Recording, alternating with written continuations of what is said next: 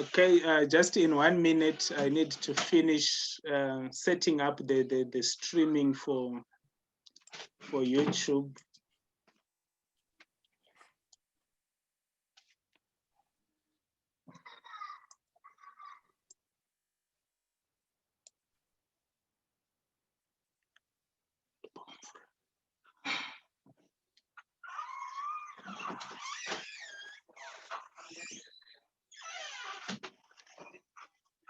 Okay, just in 1 minute, I need to finish setting up.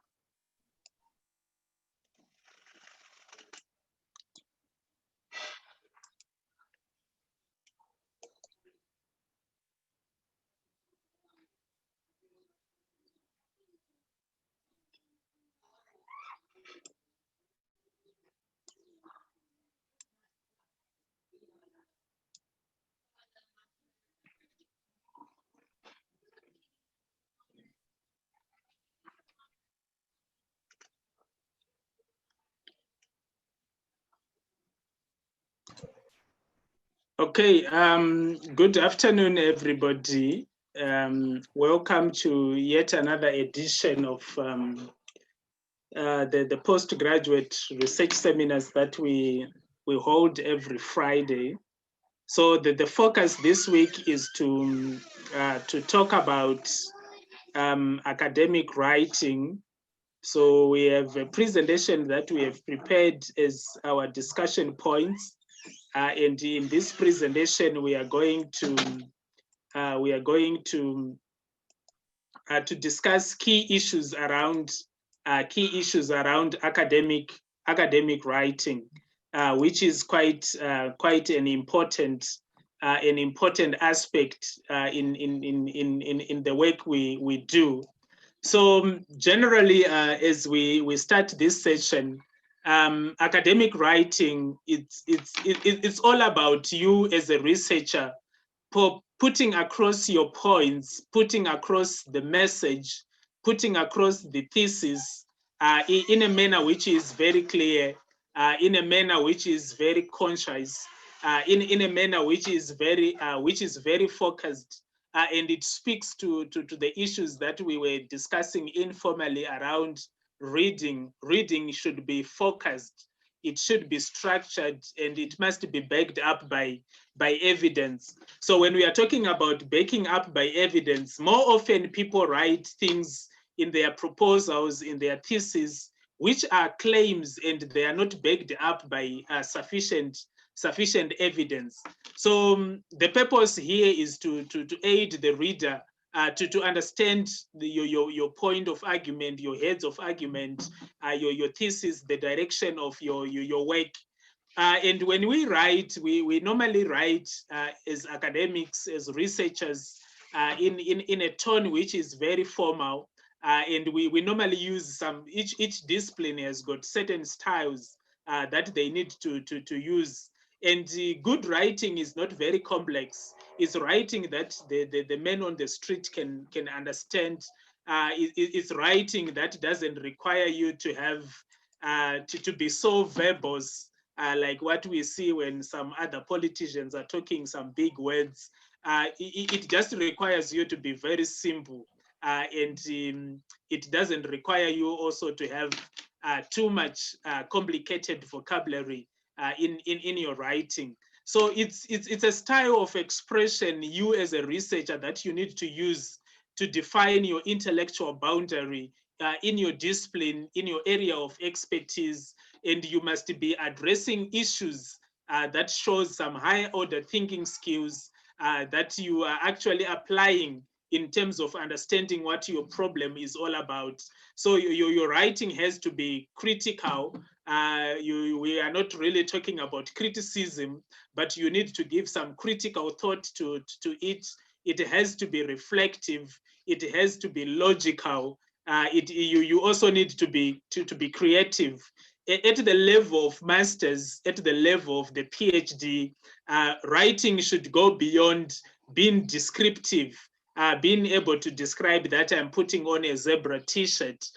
we need to go beyond that and engage in critical level writing, engage in reflective level writing, and all that kind of stuff. So when we talk about high order thinking skills, we are looking at cognitive processes that we use in order to comprehend things, in order to understand certain aspects, in order to solve certain issues, and in order to express concepts or describe abstract ideas that cannot be easily acted upon, pointed out or shown with images.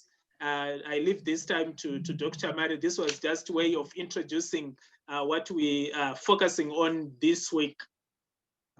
Okay, thanks, Dr. Warrior. You can move on, I think, to the next slide so that we can finish early today. So what are some of the key characteristics of academic writing? I think Dr. Warrior has already pointed out to some of these, of which one of the main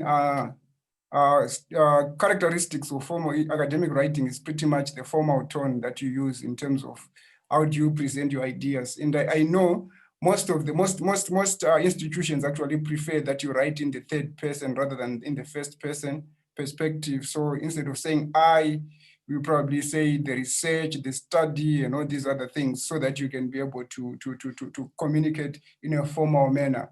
Again, we are saying, academic writing is a very clear focus on the research problem under investigation. And also, we are also saying, like all other professions, academic writing has got its own language. And that's why you have to familiarize yourself with the language of your own discipline, your own field, so that you can be able to speak in that language when you are speaking to the converted in your particular discipline. We are also saying that it must be cohesive and possess a logically organized flow of ideas. So it's not a haphazard, throwing of ideas, but rather there should be logic and there should be cohesion in terms of how those ideas are presented. It's very important in an academic writing that you do that, especially at the thesis level, where we are saying you must be able to demonstrate that there is logic and also there is high levels of argumentation in your study. We are also saying that there should be a narrative links between sentences and paragraphs so that the reader may be able to follow your argument. So we are going, as we proceed with this presentation, we're going to demonstrate some of the ways that you can actually enrich your writing so that you can be able to link sentences, sections, chapters, through, for example, the use of things like conjunctive adverbs or the use of signposting, how you can actually use some of these aspects to improve your writing.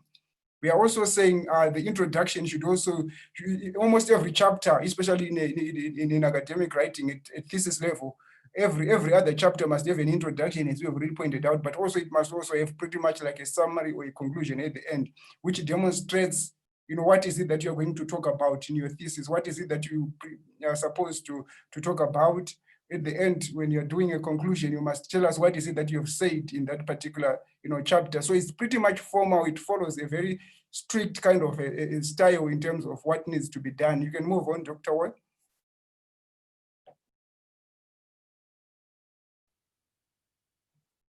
You can move on.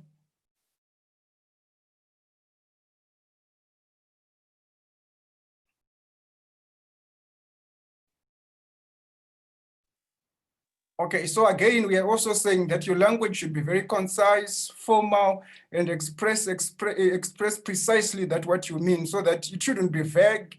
It shouldn't be, out of this world, pretty much using all these kinds of flowery languages if probably you're writing some kind of a feature, but rather it must be formal, concise, and very understandable to the ordinary person, or your readers must be able to relate to whatever you are trying to communicate.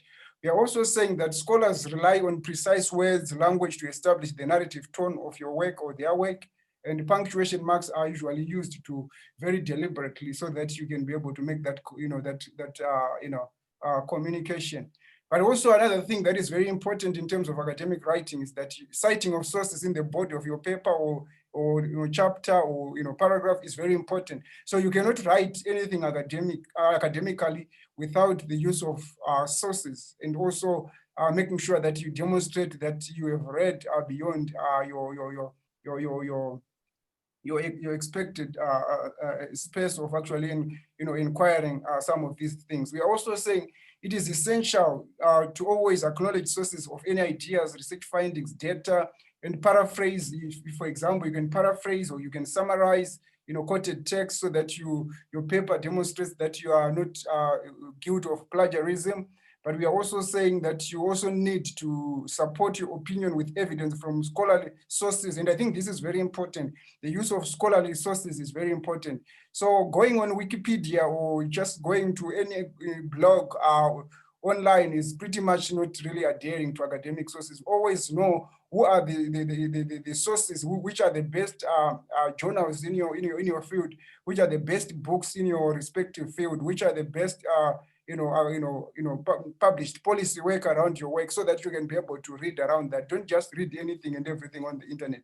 So you end up reading some things that are not really important, and actually you read something that don't even add any academic value to your work.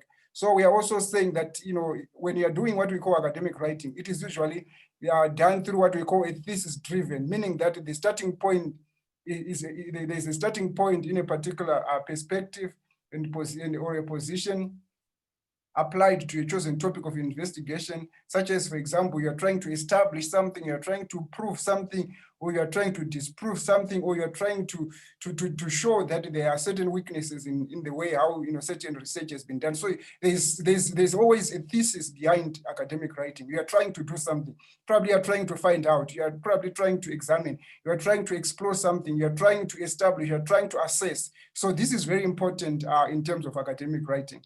You can move on to the next slide. Okay, I think you can do that, Dr. Or, if you don't mind. You can go ahead. Okay, so we have these 4 types of academic writing, and you would see that at this level, especially undergrad, even mostly postgrad, actually masters, honors, PhD, you rarely see us focusing more on the descriptive type of academic writing.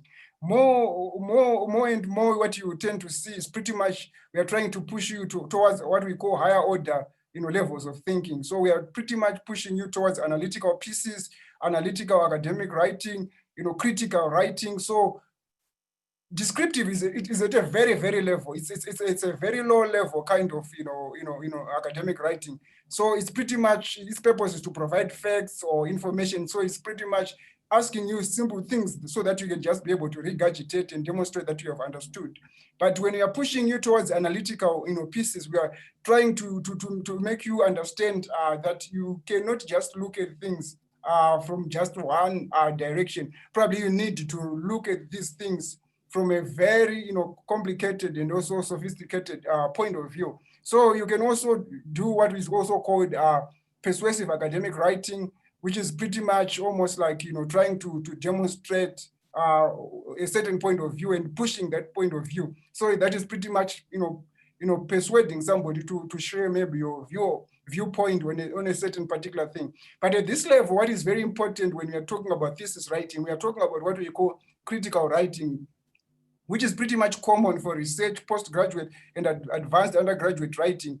It is this, at the center of critical writing is to make sure that you can be able to critique other people's work. Don't take other people's work at face value. Look at it, but also see its weaknesses. For example, somebody has done research, but probably they have used a very limited sample size, or probably they have used a very limited case study. So it's about demonstrating that you can see the weaknesses of somebody's work rather than just focusing on the surface issues that are at the center. So critical academic writing is essentially what we are going to be talking about today, because it is at the center of thesis writing, but also at the center of any postgraduate studies that you may find yourself working on. You can move on, Dr. Warrior.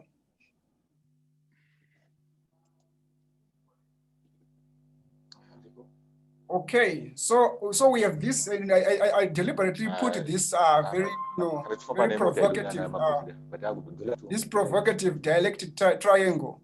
And this dialectic triangle essentially comes from the ideas of somebody by the name of Hegel. He was a philosopher, a German philosopher, And his argument were very, very, very important, because what he wanted to demonstrate is that in any field or in any academic writing or in any reading that you are going to do in any field, there's always an ongoing debate that is actually going there.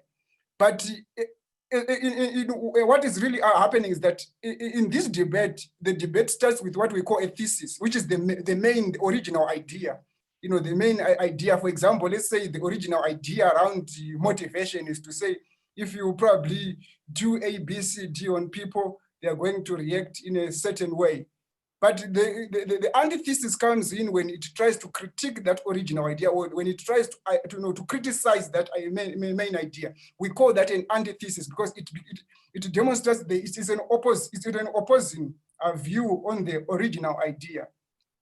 And then from there, we move on to what we call a synthesis. A synthesis becomes, it tries to resolve the tension between the thesis and the antithesis. So essentially what we are saying, in any academic writing you are doing, try and find for yourself what is the debate around my particular topic. So any topic that you can think of, whatever topic that you are thinking, it could be gentrification that we have talked about in this particular space, where there are people who are pushing for gentrification, and they are anti-gentrification. So those who are for gentrification pretty much constitute what we would call a thesis, and those who are pretty much against they are pretty much what we call the antithesis. And the synthesis comes in when some scholars come in and try to resolve this tension.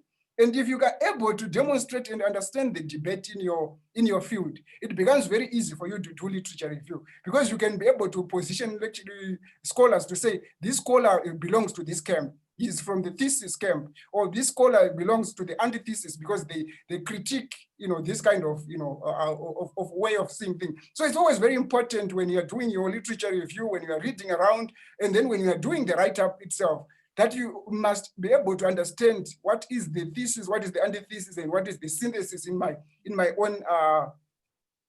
own field, so that you can then be able to chronologically and sinologically deal with the issues that are emerging. So if you are, because remember, everything that you are going to write about has already been written about by other people. So when you come into the picture, you only come into the conversation either at the level of antithesis, or you come in at the level of the synthesis, or you are trying to come up with a new thesis altogether. So it's always very important to understand at which level are you entering into the conversation, because there is an ongoing conversation in any field, and the conversation never ends. Essentially, it continuously moves from one stage to another depending on what is at play. You can move on, Dr. Woyo. Okay. Let me share a little maybe on the issue of critical, just to clarify some point there. When we are looking at critical writing, you see one of the problems that I often see when I read the PhD's work or the master's work, it's people tend to be too descriptive and they are not being critical enough. Then what I think there is perhaps people lack that particular knowledge or how to do it. So when we are saying to be critical in your PhD writing, in your master's writing, it doesn't mean just describing what others have written. Instead, one needs to be evaluating and analyzing what is being said. So this sounds easy, but it's really not easy. And critical thinking is one of the skills that people need to master at the level of graduate level, and all that kind of stuff. So for you to be critical, one must be in a position to evaluate what others are writing about, what do they mean, and all that. So when we say you must be critical, we mean that you must critically evaluate whatever you are discussing, whatever you are reading about. And your job when critically evaluating is to think analytically rather than thinking descriptively. I think that is quite a critical aspect for people to know that this is what they need to do when when they are writing in that kind of space, and all the other issues. And also maybe people also need to be able to summarize. So it's not like you taking the whole materials and bring them to the reader or to your supervisor. You must be able to summarize, and this is a skill that you should develop early on. You must be able to extract critical issues, important points. Dr. Mari was talking about thesis and antithesis, the stream that is building for this, and the stream that is actually against this. Then you take that and you'll be able to rewrite whatever is coming out from that in your own words, and preferably in a summarized version of that thinking. So these skills are quite grateful, are quite useful, and you need to have them when you are writing. So as a researcher, as a writer, you need therefore to extract relevant information from each article you are reading, from each paragraph you are reading, and then make a summary for that. So when you read an article, you must be able to summarize that. Murray and whoever in their paper, this is their key issue. You need to be able to summarize that and use that in your writing. Dr. Murray. Okay, thanks, Dr. Woyo. So essentially, we are saying that as part and parcel of academic writing, there is a way in which we introduce other people's work. And I've seen that students tend to struggle really to know how. So there's an overuse of the term according to. And I've read so many essays in where pretty much everything is almost like every sentence is according to, and according to. But there are many ways of actually introducing other people's work as an academic, either in thesis writing, or whether it's your dissertation, whatever it is. There are ways in which you can actually be able to demonstrate how you can bring other people's writings to be in your. So I've just given you some of the examples. And for example, you have read somebody's work and you want to then put that, summarize that and put it in your own words, but actually still citing that same person, because remember, the original ideas still remain the property of that particular person. So instead of saying according to, you can always say probably he argues. If you know that he's a male, you must demonstrate, you must know first and foremost it's a male or it's a female, because most of the time he sometimes or she is actually overused also, again, without even knowing what this person is all about. So it's always very important for you to know, is he or a she, based on whether the name or what. If you know the person, you can then say that. Or you can also say Mare, or if you know it's Mare, Mare argues that and that and that. So there's one thing that I just want to say as I get into that. So if you say argues, be consistent throughout the thesis to use that term argues when you are using the present tense, argues. But if you choose to say argued, then also use consistently argued throughout the study, so that it becomes easy that you are now using the past tense instead of using. But mostly we prefer the argues part, because it allows you to remain alert to the issue that these debates are continuously going on.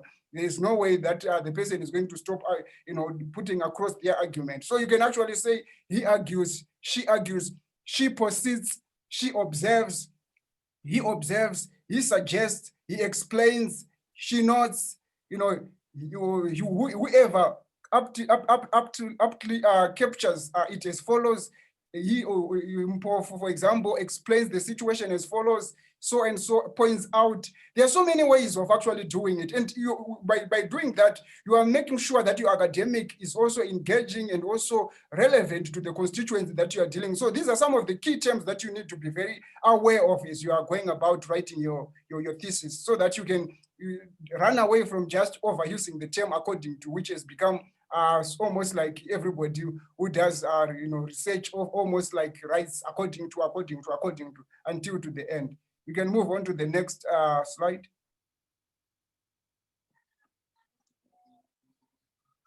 So I think essentially here we just want to summarize, I think, what Dr. Woyo has already pointed out, that the issue around summarizing key or complex ideas is to make sure that you identify some of the key ideas that are inherent in the original source that you're dealing with. But also we are saying you need also to write down key ideas in your own words or use quotation marks when you feel that they are making something that is very valid and you want it in your thesis. That's when you can use quotation marks. And we are going to talk about it as we talk about referencing, how you can go about doing that.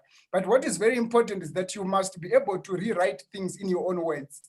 It's very important that you do that. You can be able to do that by reading the whole article and then put the article aside and then say, but what is it that I was reading? What are the key ideas that came out of this particular text that I was dealing with? So that you can be able to make those ideas in your own words and own them. Because the most important thing about research is about owning the ideas, being able to understand the ideas in your own way rather than just the way they were put across by that particular person. And we are also saying that remind the reader that someone else has written the original piece. So it's always very important as you write that you always acknowledge people that you have written, because it's not your original idea. The original idea remains an idea that belongs to somebody. So as I have already pointed out earlier, for example, you can say Mare states that, Mare or he further indicates that, or Mare postulates that, or Woyo, argues that, Woyo, further, elaborates this point as follows, or Woyo further, observes that. These are so many terms that you can actually use. Or you can say literature on this and that demonstrates that, and you can then cite the people and demonstrate that the people that are in that particular issue. But we are also saying cite and reference the original primary source. Avoid the head behavior of actually just just taking whatever other people have already said without actually responding to them. So it's very important that you do that. We can move on, Dr. Woyo. Maybe before the issue of head behavior is quite a serious one. And most of the times you find, for instance, I have an article in front of me here which talks about service failure, safe recovery, and loyout for low-cost travelers.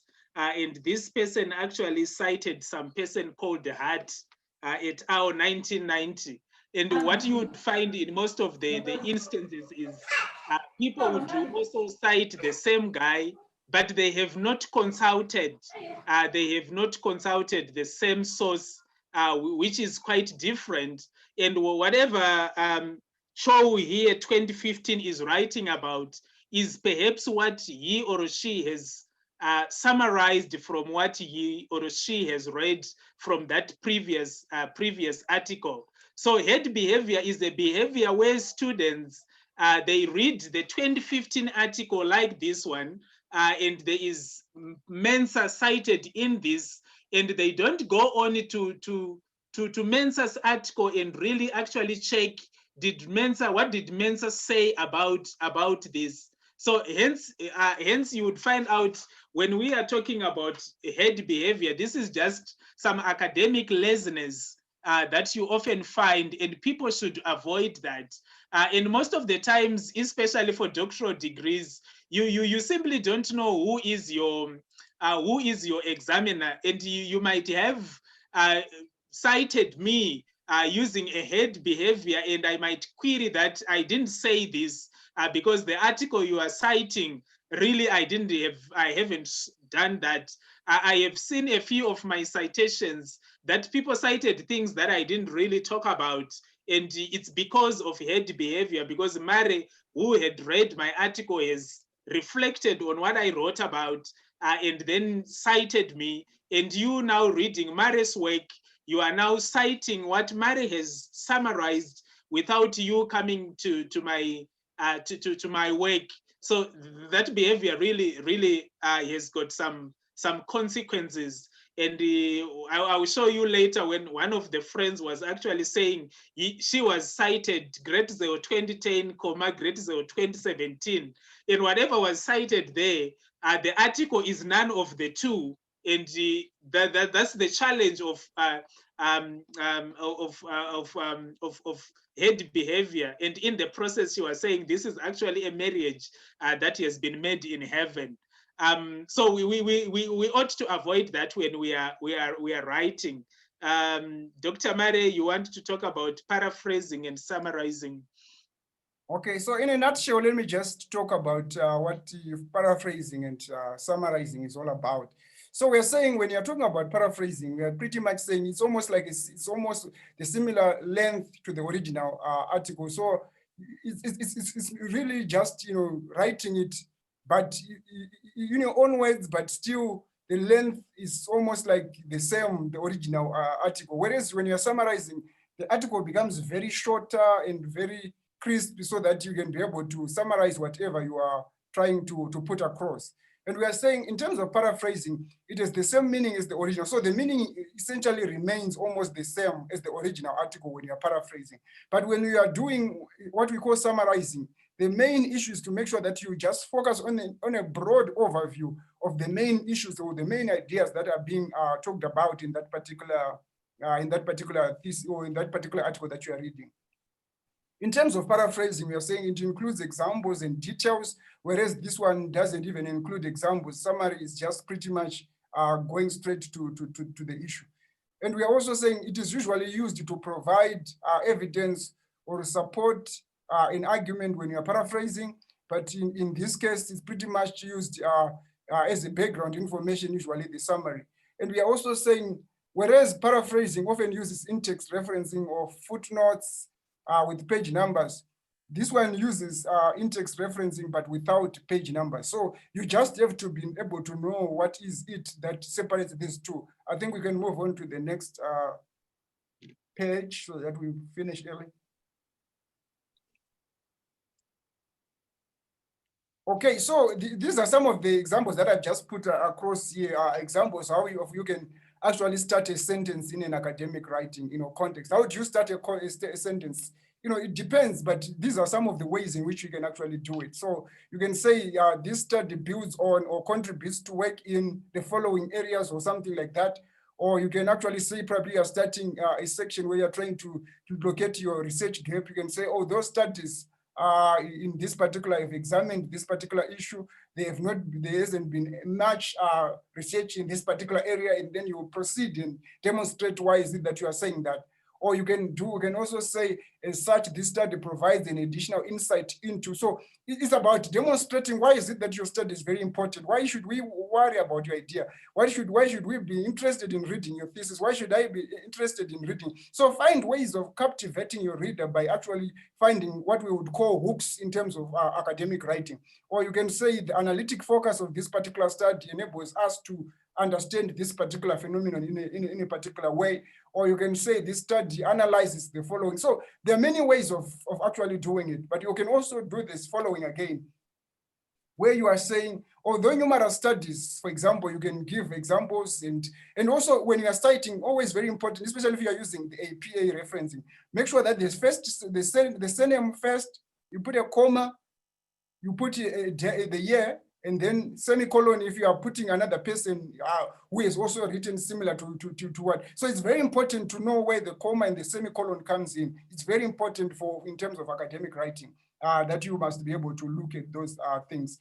Or you can also do the same. I address this particular issue by demonstrating A, B, C, D, and then probably you can then at the end of the sentence, bring in scholars that are speaking to that particular issue that you are talking about. So it's very important that you do that.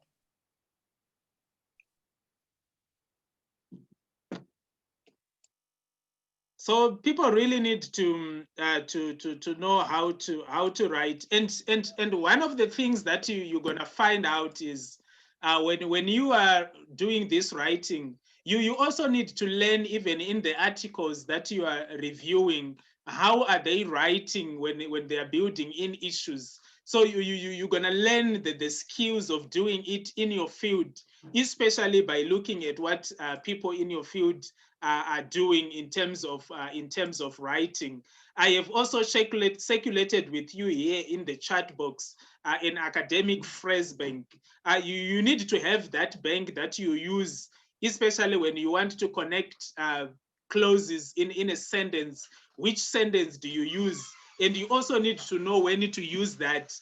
Most of the times you see students starting with however, but they haven't said anything in the beginning, and all they need to say is they are already at however. What kind of relationship are you showing?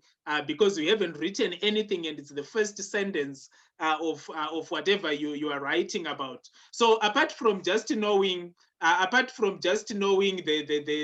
the connections between independent clauses, people also need to know when is the right time to use however, when is the right time to use similarly, when is the right time to use furthermore, therefore, nevertheless, nonetheless, thus. You need to know when to use that. So it's not about showing relationships between ideas. It's also about knowing when is the right place to use this verb and all that kind of stuff. So like I said, I have shared with you in the chat an academic phrase bank that you can also use to check it. It explains clearly when some of these verbs are going to be used. Do you have something here, Dr. Mari? Yeah, I just wanted to demonstrate, also just come in and say, the use of these conjunctive adverbs is also very important because they allow you to be able to link sentences, sections, and chapters. So as Dr. Woy was saying, you must know when to put however. So however can only come in when you have already given us the main thesis, for example, or the original idea. And then when we want to bring the antithesis to that particular idea, that's when you can then demonstrate to us that the however part can actually come in. So it's very important that you know when to use some of these issues so that you can always do it in the best possible way. And we are also saying that, for example, you can use terms like, finally, then, moreover, hence, thus. But whenever you're using a conjunctive adverb, one thing that you must know is that every other conjunctive adverb is always preceded by what? By a comma. You must always know that, for example, if you say however, the next thing that comes after however should be a comma. Or if you say consequently, the next thing that immediately comes after that before you bring in the next sentence, whatever the other words that you want to bring, should always be a comma. So it's very important that you know that when you are writing your things, likewise should always be followed by a comma so that you can then move, because it is a conjunctive adverb, and that's how a conjunctive adverb is usually done. You can move on to the next.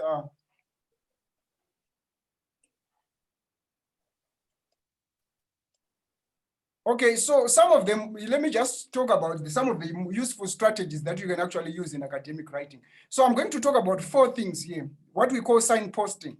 So in academic writing, you're going to see that signposting is one of the most important things that you cannot do without.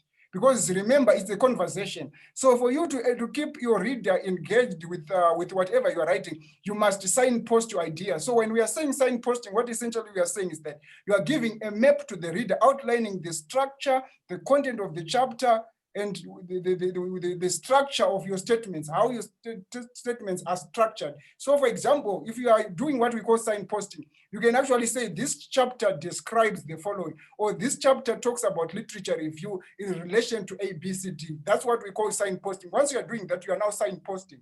Or you can say the first section of this particular chapter will look at the relationship between social media and public relations, for example.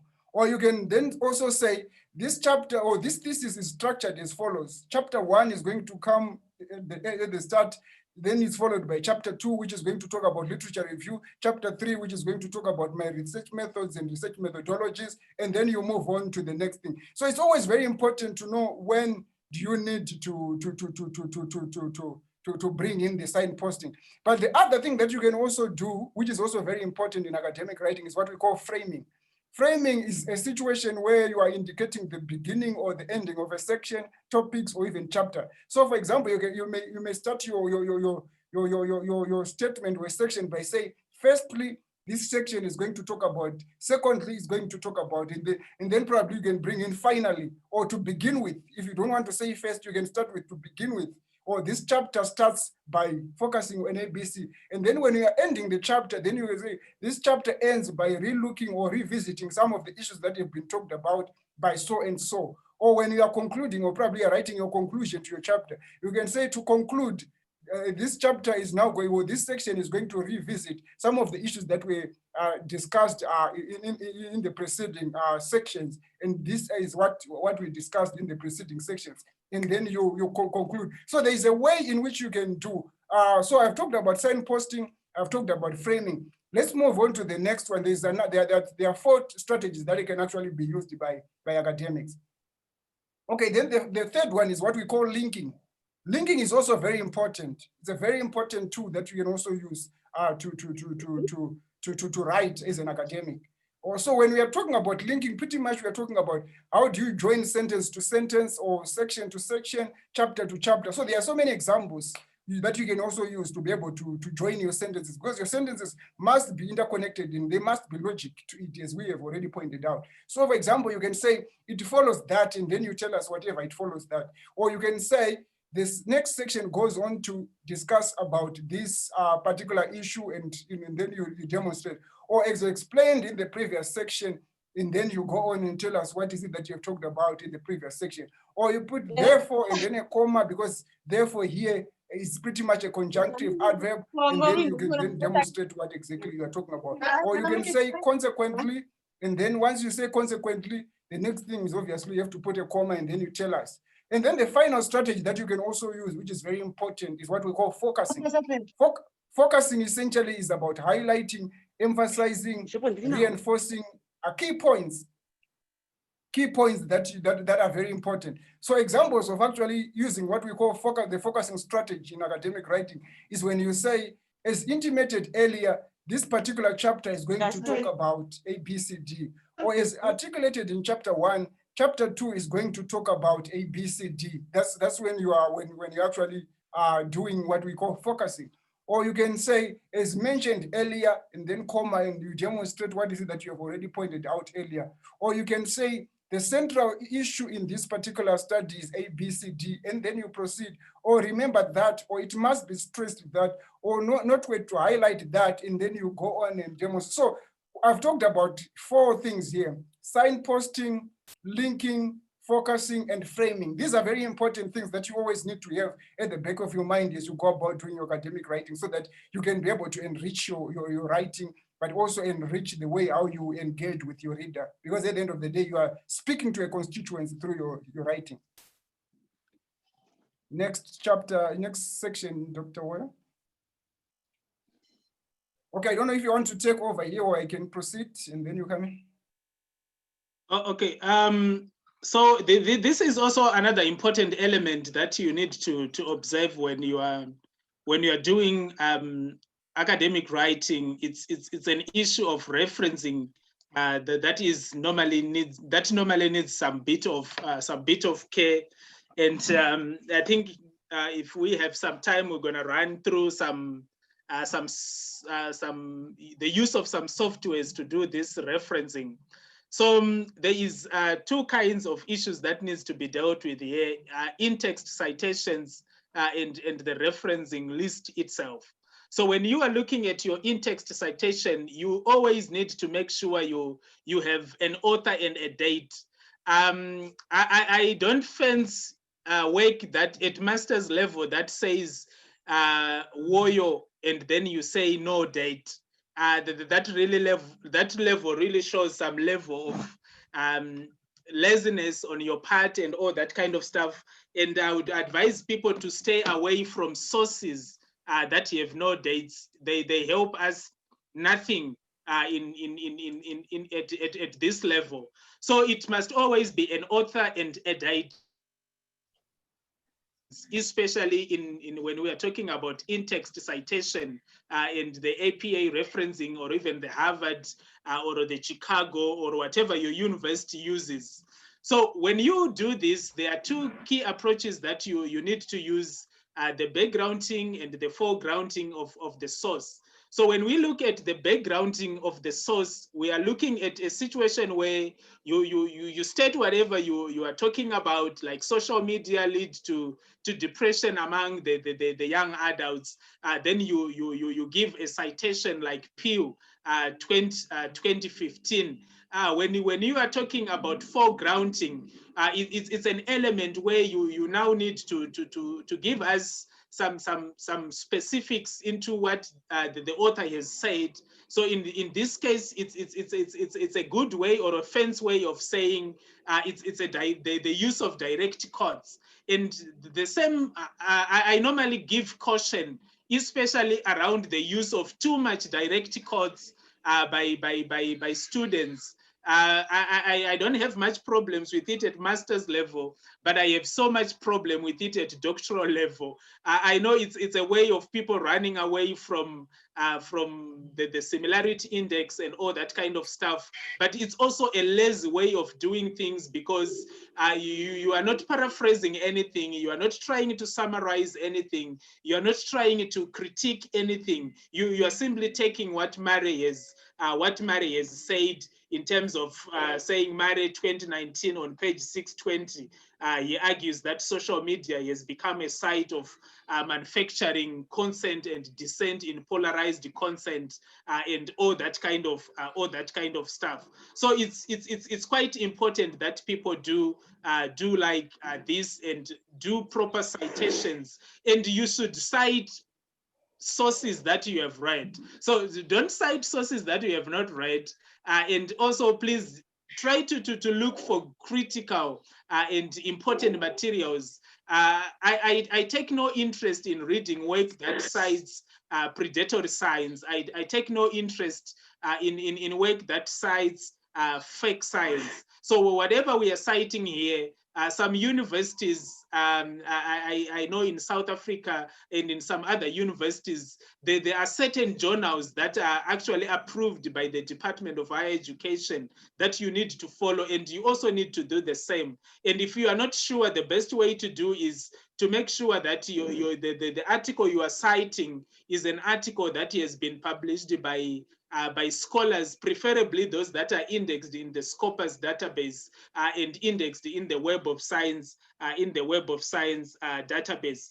There are other issues. One of the issues that I normally find when people are writing is they would write that research or previous studies argued that apology and service delivery often leads to, let's say, customer loyalty. They say previous studies, and what they go on to do when they are backgrounding the source, they only go on to cite, let's say, Warrior 2020. But they have said previous studies, and they have only cited Warrior 2020. So there is a disconnection there between what the sentence is saying and the number of studies that they have actually cited. So it's quite important to note that when you say studies, make sure you have cited a couple of them. But if you don't have a couple of them, then you need to revise that particular sentence so that it becomes a good sentence to begin with. So it's important to have that and all the same. And if you are to cite many authors, initially the use of et al. Is abused. So you need to make sure that et al. You have cited Mensa, Woyo, Murray, and whoever. In the first instance, you have cited all of them. Then thereafter, you can now cite et al. So at the first, mention all the scholars, make sure you cite all of them. And thereafter, the subsequent citation can include the first author and et al. And quite a number of those. Many times you read people just using et al. And you have no record previously that you have shown that these authors have all been listed and all that. You can also use your short direct quotes and all that. But I caution the use of direct quotes. We don't need to excessively use them, because most of the times when you use the direct quotes, your voice becomes swarmed in what Mary has said. Your voice becomes swarmed in what Mensa has said. Your voice becomes swarmed in what other authors have said. So you can cite direct shortcuts, which means you can take a portion of what Mary has said and put in there, or you can take the whole statement of what perhaps I would have said in my article, and you use it in your study and see. Dr. Mare. Okay, thanks for that. I just want to just talk briefly about foregrounding and backgrounding scholar. So I think the most important thing there, when you are backgrounding the scholar, just to remind our students, is that when you are backgrounding the scholar, you are putting the scholar at the end of the sentence. You are saying the scholar is not really the most important. The most important. The most important is are their ideas. What are their ideas that they are pushing? And then if you are foregrounding the scholar, you are putting the scholar at the center. So the scholar becomes the first, is the one who you use to actually start the sentence. So if you are saying Woyo 2017 argues, therefore you are foregrounding Woyo as the source. You are saying the source is more important because this source is actually saying something that is very important. I think that's one thing that I just wanted to say before I take over. Let's move on to the next slide so that we can finish shortly. So there are things that you need to avoid in academic writing, which certainly you need to be always on the lookout for as you go about writing. So one of which is to use, for example, issues like personal nouns, the excessive use of personal nouns, for example, I, me, you, us, should be something that you try as much as possible to desist from, because it then colors your writing is pretty much coming across as subjective writing, or you are pretty much, not, using the formalistic type of writing that we've been talking about in terms of the language that you are going. So it's always very important that you minimize. And if ever you want to use the I, the me, the you, I would say usually when you are writing your methodology somewhere, that's where probably you can say, I decided, or I sampled so and so, maybe there, but again, use it sparingly, not excessively, so that your writing doesn't become very subjective. And the other issue that you also need to avoid is what we call avoid the directives that demand the reader to do this or that, or directives is framed as evidence-based recommendations or goals leading to specific. So, desist from, having this kind of a directive approach in terms of what you are telling your audience actually to do. We are also saying desist from actually using informal conversational tone, using slang or idioms, and especially, Namlish. It's one thing that we often see when we are reading some of these texts where somebody uses colloquial language that is, done, especially in the streets or, in our everyday life. And we use that. And even nowadays with social media, some terms that are used in social media, we are often seeing them also creeping into our writing, which also makes it, unacademic in many ways. So desist from using those colloquial words that are associated with social media or Namlish that we often tend to see in some of the writings. And we are also saying, try and stay away, for example, from the use of personal experience. Yes, I know in qualitative studies and ethnographic studies, they often push for people to actually do that, but also find a balance in terms of to what extent are you going to make sure that you bring your personal experience to bear in terms of the research process or even the research writing journey that you are actually doing. So it's very important that you think about that. You can move on, Dr. Warren, to the next slide.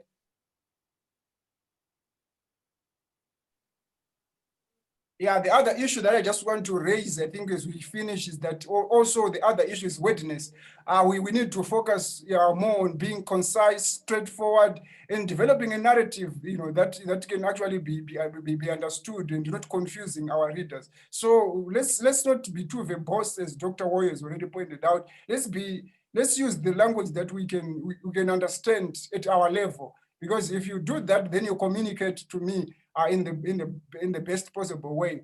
And also avoid using vague expressions like they, we, people, the company, and all that kind. Use concise words in terms of what exactly are you referring to as you are using these particular terms.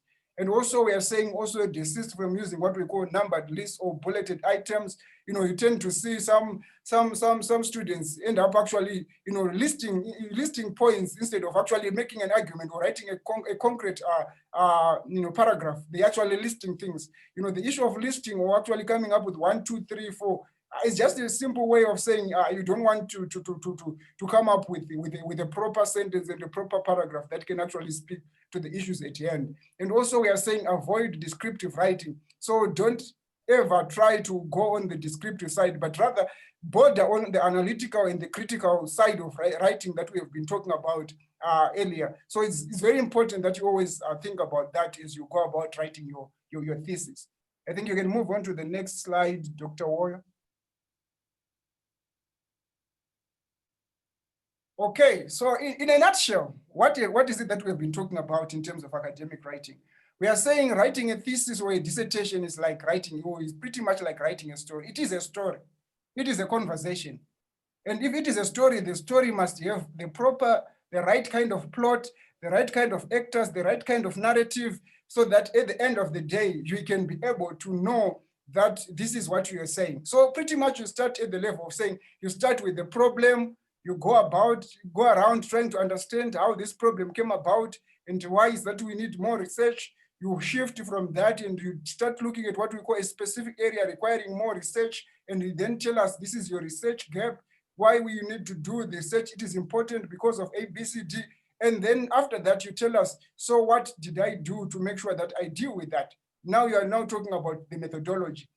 You move on to from there and you say, this is what I found based on these methods that I used to actually do this kind of research. And then finally, you tell us what are the implications of knowing whatever that you have come out with. What is it that we know now because of what you have done? So essentially, that is the story that you need to tell us. If you're able to tell us this story in a nutshell, essentially you have answered our plea when we say go out there and do research. That's essentially what research is all about. You can move on, Dr. Woyo, if you have nothing to add there. Yeah, I think so. One of the challenges you find is, maybe we're going to discuss it later, is people write in conclusion and they don't they don't conclude. True. It's one of those things that you find. So in conclusion, we are concluding now. Academic writing, it attempts to deal with these issues. What you have done, so that's, you need to talk about what you have done, why was it done, how was it done, what were the results, what do these results mean, and why are they important, why should we care about those results. So it's critical, like what Dr. Mare was saying, that when you are writing, the story needs to come out.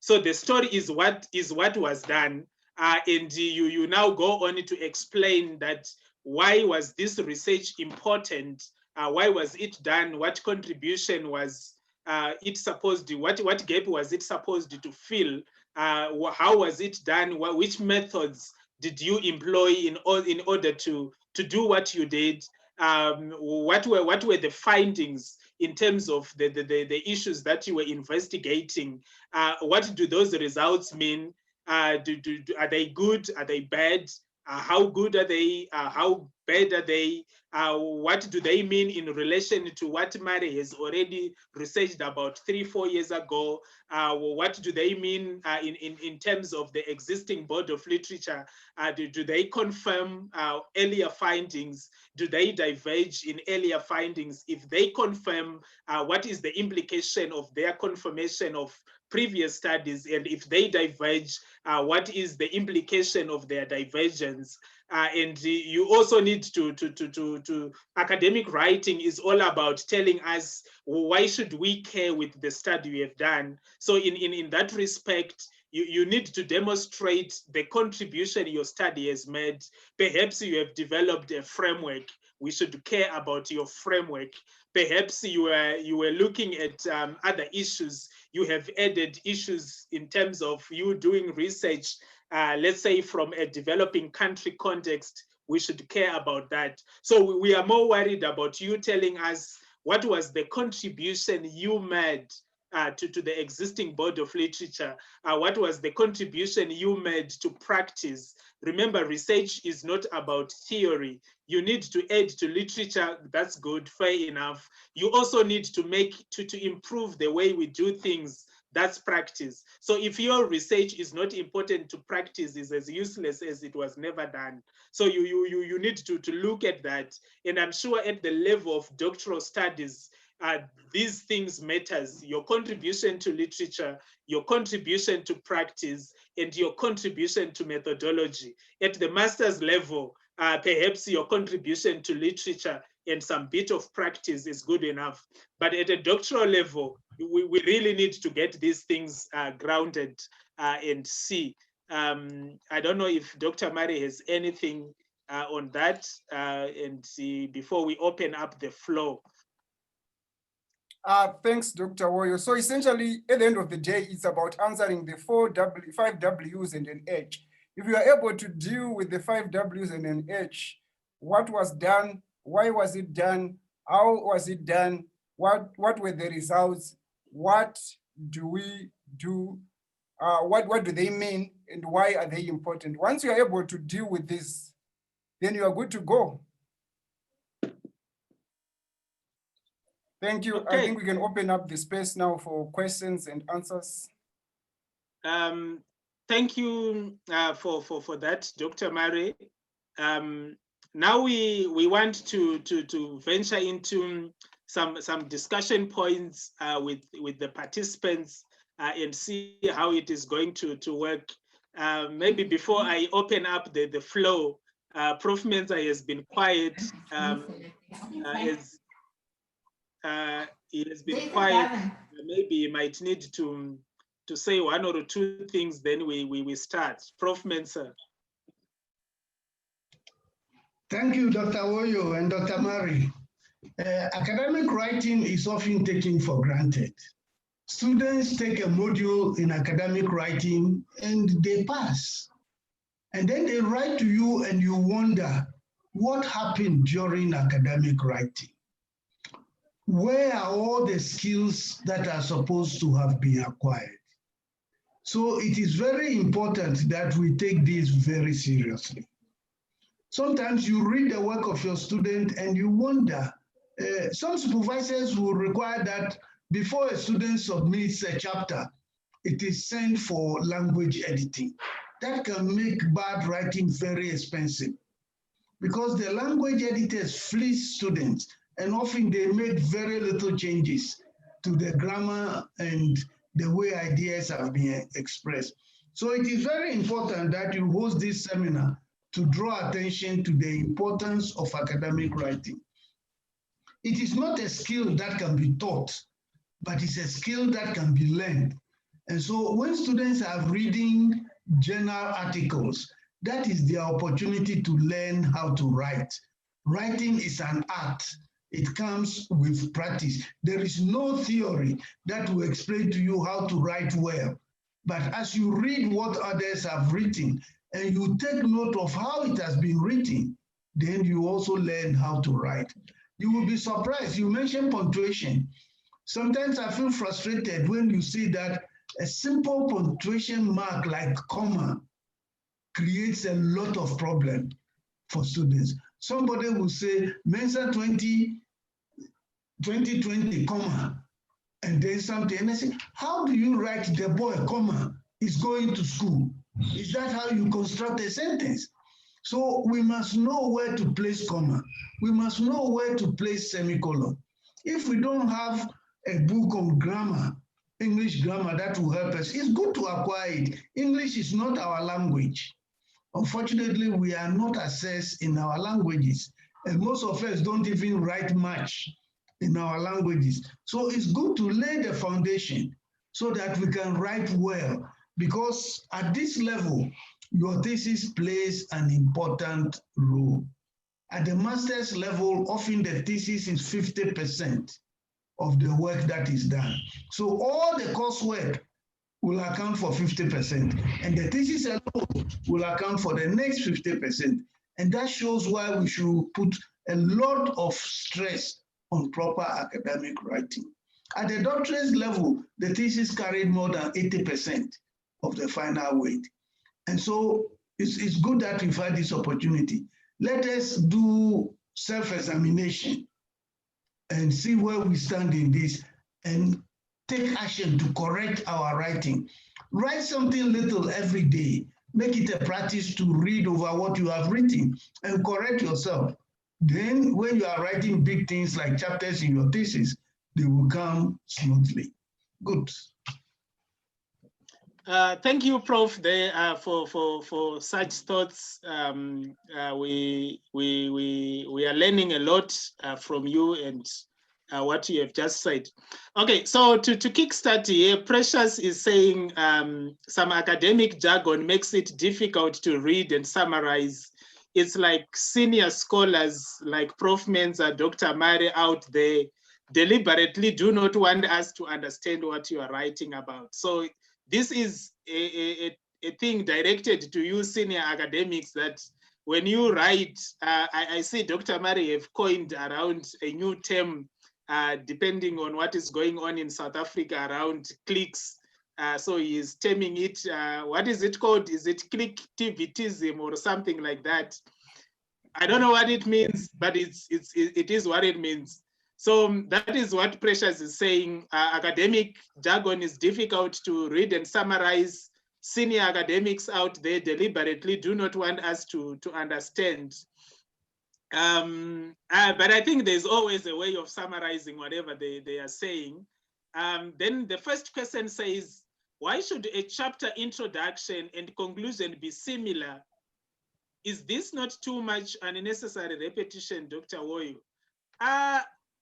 These two things are different, and if you write them in a way that is similar, and if you have passed before doing that, I think there was both your examiners, your supervisors, and everyone was sleeping at the job, because the introduction is never the same as the conclusion. And I think this is the challenge where I was saying that most of the people, when they write, they are writing things in conclusion, and they don't conclude. Your introduction is there to give the reader a context of what you are talking about, reflecting on the issues that you were talking about. What do they mean? Are we now knowing things differently before than that? So conclusions are really serious matters than what. So the objective around these two is different. So it's in the introduction, it's more about you stating and introducing the research context to the reader, and in the conclusion, especially if it's a conclusion of a chapter, let's say of literature review, you are now concluding in terms of what exactly did you find out and what is the implication for that. So in other words, I expect you to read whether there are terms that are elusive and what's the implication of having elusive terms. Like, for instance, I see satisfaction, in as much as it has been researched, this is an elusive term, and it has implication on how it is approached from. Issues like loyalty are elusive terms. So these are the issues that should be pinpointed in the conclusion. What are the gaps? What do they mean? What is the implication? So the conclusion is about whatever you have been writing about, what does it mean? And what do we take it from there? What is it that we now know that we didn't know before you did this kind of writing? So in my view, these two are never the same, and they should be treated differently. Dr. Mare, you can come through, then Prof. Menza, you can also come through and see, is the introduction the same as the conclusion? Is this not too much unnecessary repetition? If you write it the same, that's unnecessary repetition, and those two are not the same. I think Dr. Mare went to the beach. Let me go to Prof. Menza. All right, thank you. Now, your introduction says where you are going. why it is important to go there. And so you raise the issues that will be discussed in the chapter. Let's focus on the thesis chapter for now. You raise the issues that will be discussed, why these issues are important.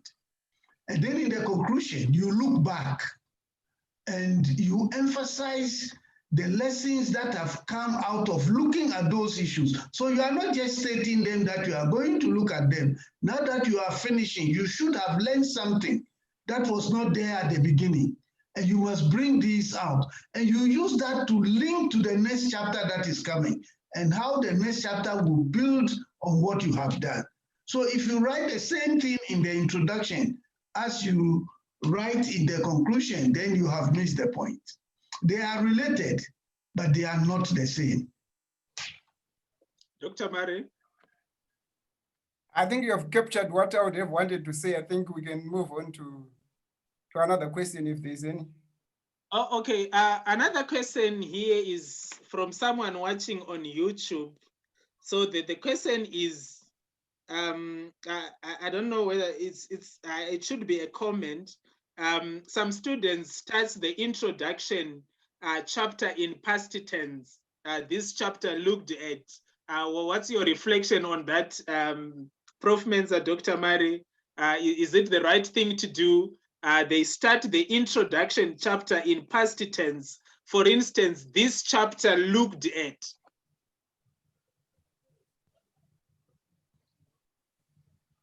Let's give Dr. Murray a chance. Okay, Dr. Murray. Okay, so what is this in connection with, so that I get the sense exactly of where? I think it's the sense where you were talking about, if you are to use argue, you need to use argues consistently.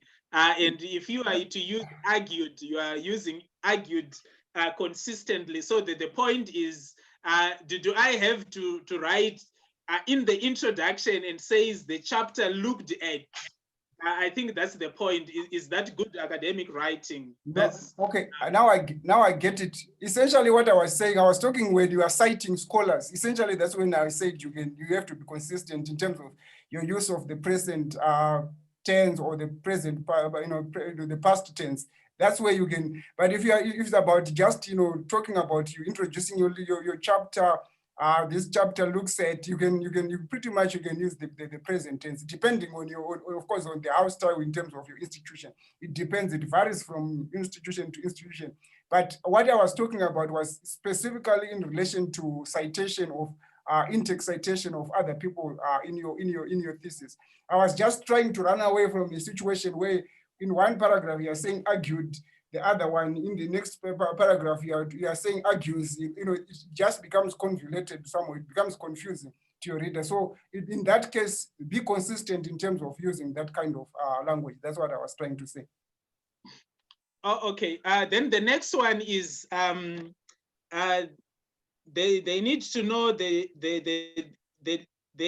need to know if there is a difference between introduction and conclusion. So I think for me the simplest way to differentiate between the introduction and the conclusion is to think of introduction as a state of knowledge prior to research, and then conclusions as the state of knowledge following your research. So when you are looking at your introduction, you are introducing things before you knew something. That is what you are looking at. Then at conclusion, it's something that you are now writing after being exposed to some kind of knowledge in the process. So like what I said earlier, the introduction is a place where you lead the reader into the context of the study. You lead the reader into the main issues of the study, and the conclusion. The conclusion has to leave the reader with what are your impressions based on the knowledge that you have gathered and all that kind of stuff where are we getting to, and all those kind of things. So in an introduction should provide somebody with an essential context and indicate the particular focus, if it is for the chapter or if it is for the study. The issue is to provide context and provide the reader with a particular focus. It needs to engage your reader's interest. And a conclusion is now there to provide a sense of closure, while again you need to place your concept in the wider context. So those things, they really need to be understood, and all those kind of issues. So in essence, all I'm saying is that the introduction, think about it as the state of knowledge you have before you have done your research, and the conclusion, think about it as the state of knowledge following you having the research. I don't know if Dr. Mari wants to add something there. Nothing really. You can move on. I don't know if Prof can come in, but well, it's well covered, but you can see introduction as a roadmap to where you want to go. And after you have arrived and you have seen what the route was like, you may go back and change some things. So those who are writing thesis, you will see that often after you have finished the thesis, it is wise to come back to your introduction to make sure that what you said you are going to do in that thesis is what you have actually done.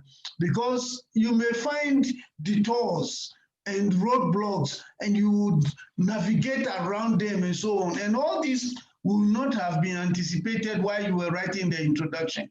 So while you are finishing, it is good to revisit the introduction and make sure that the introduction aligns properly with the knowledge that you have acquired during the journey of writing. Then the last question I have here is, I am presenting presenting my MBA proposal next week. What are the possible questions that I may encounter?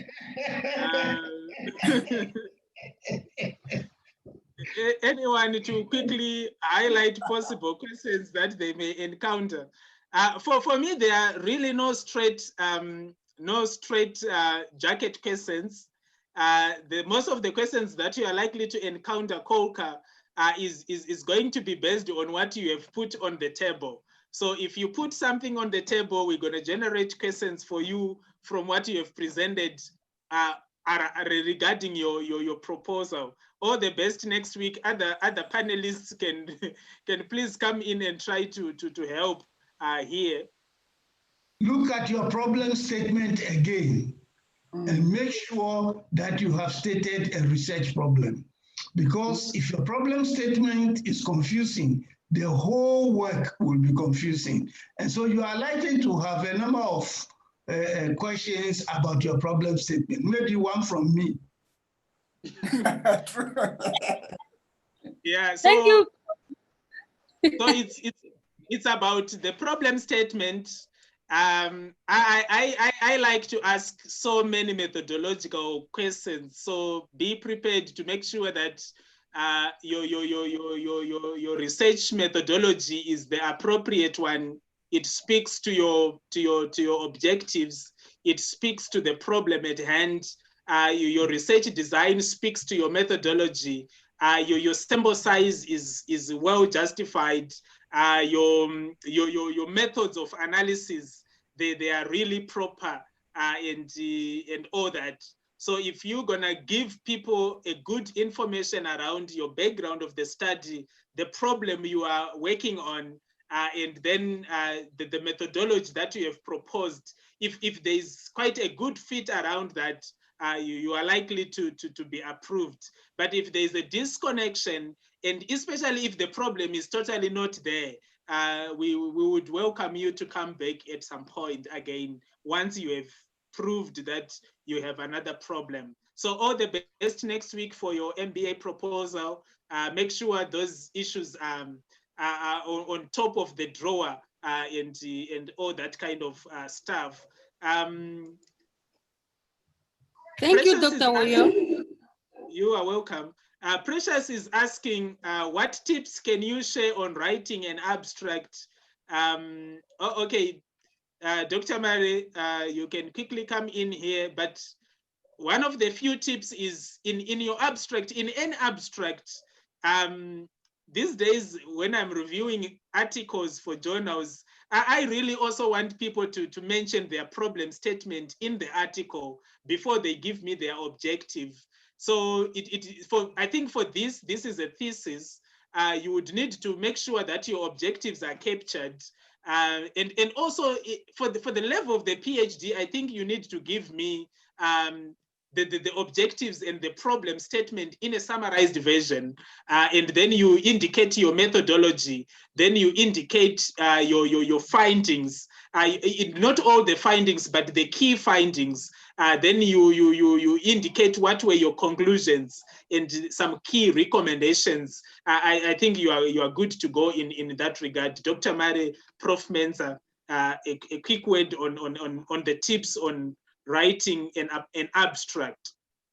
And I wanted to know which abstract for what? Is it for a journal article? Is it for a thesis or what exactly? So that probably we know what we are dealing with. I'm working on journal articles at the moment, and I have been practicing presenting them. So sometimes you send out the abstracts, and then when you go present some things, they are, you know, they just be popped there, then they don't appear at the end of the presentation. So how do I make that perfect abstract for a journal article, for instance? An abstract is an appetizer. Yeah. When you read your abstract, ask yourself, will this make somebody want to read my work? Because the person is tasting what is in the work. If you have raised enough issues that will stimulate the appetite of the person, then the person will go on and read your work. So when you read it yourself and you see that something is missing, like the salt that will make it tasty, is not there, then you should add the salt. Dr. Woyo has summarized some of the issues that should be in an abstract. If it is a journal article, then it should be quite crisp. In a thesis, you can afford to, because a thesis gives you a little more, maybe 2.5 pages. A general article may restrict you to 200, 250 words. And so you have to be quite crisp in writing the abstract for a journal article. Thanks, Prof. I just want to say that it's pretty much like you're marketing yourself. So you use an abstract as a space where you're marketing your ideas. You're marketing your ideas to the next person. He or she doesn't know you. So when they read that abstract, they must be, you know, be attracted to ideas. They must see something unique about what you are saying. So as long as you can be able to demonstrate what is unique about your study, what is unique about your paper that you want to present, that is the most important thing. So it may have to do with probably being able to, to explicate clearly what is the research problem, the method that you used to actually go about doing that, and also probably coming up with 3 major findings that you can actually tell that these findings are very important, and probably then you also bring in maybe the recommendations, if ever there is any recommendation that you want to talk about. So always look at the main things. What is it that I want to communicate to my audience? And that is the most important. That should be your selling point. So look at the selling point that you have in terms of the kind of information that you want to go and share with people, either at a journal article or whether it is at a conference. It's the same kind of an approach.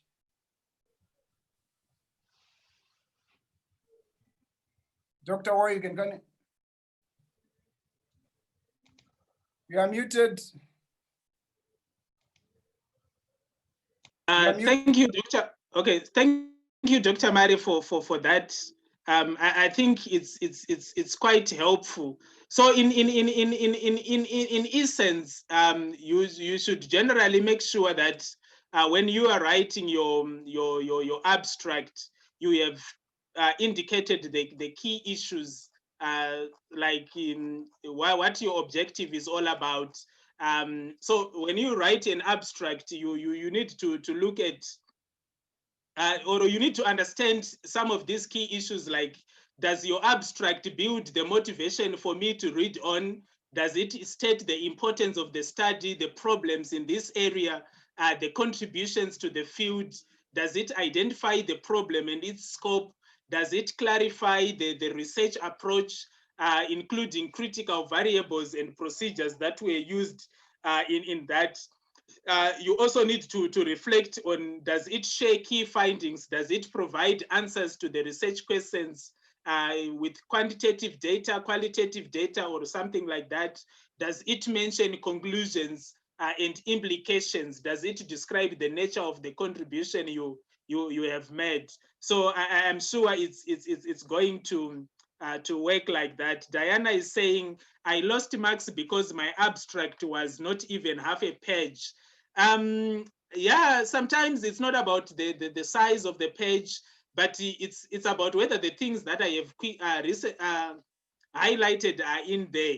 That is the problem, is the importance, is the other issues clearly stated, the objectives, the methodology you have used, the findings, the key findings, the recommendations, the key contributions, all those kind of stuff, they need to be made. I think I'll take this last one from Vistorina. How do I cite previous scholars cited by other scholars? This is the head behavior I was talking about, and all that kind of stuff. If the work is seminal, I would advise go read the article yourself and cite it from there. If the work is not really seminal and this is quite a current topic, just to cite current sources and all that. I don't know whether Dr. Mare, you have any point there. How do I cite the previous scholar cited by other scholars? Okay, I would say that with regards to, if you are at a master's or PhD level, most of the time we say, go to the original source. If somebody has cited somebody and they are saying, so-and-so cited in my work, go and read that original work the way they cited. It's very important so that you can be able to engage with the original ideas. But if you are, probably at honors level, yes, we can say, okay, you can still rely on that and still, cite those people. But make sure that you read the original works. It's very important. So the importance of actually reading other people's work is that they actually give you their own bibliography or their own reference list. Go to the reference list and look at the original source. Where was it published? What was the name of the article? Who published it? So that you can go and look for the article yourself, so that you can also read it in your own words and interpret it in your own words. It's very important that you do that.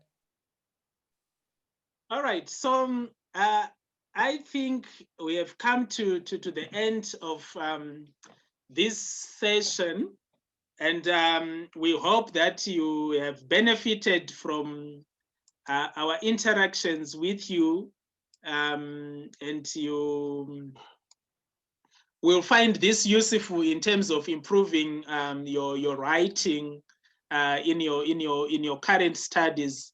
I don't know if Dr. Mari, you have anything to say before we close off the meeting. I don't think I have much to say. I just want to thank the loyal supporters of this platform.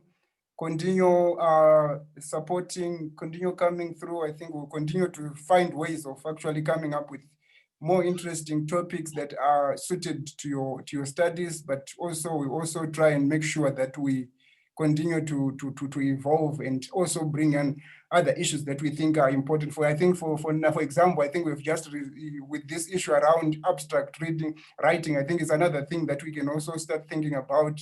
How do we help young and upcoming scholars or students actually to publish their work or write abstracts or write a proper journal article or something like that. I think it's something that we really need to think about and see how we can do it so that we can also help them to get the hang of it. I thank you. All right, so thank you everybody. Until we meet again next week, same time at 4 on every Friday. We are always looking at discussing these issues, maybe until November thereabout, then we will resume in 2021. So it's a goodbye for now. Stay safe, stay at home, Put on a mask if you are going out, and until we meet again on Friday next week. So it's bye-bye for now. Thank you, Doctor. Bye. You're welcome. Thank you, bye. Thank you, Doctor. You're welcome. Thank you. Thank you, Doctor. You are welcome. Thank you very much. This was very informative. Thank you, Doc. I won't be here next week. I will miss it. You always find it on my YouTube channel. Yes, of course. Yeah. All right.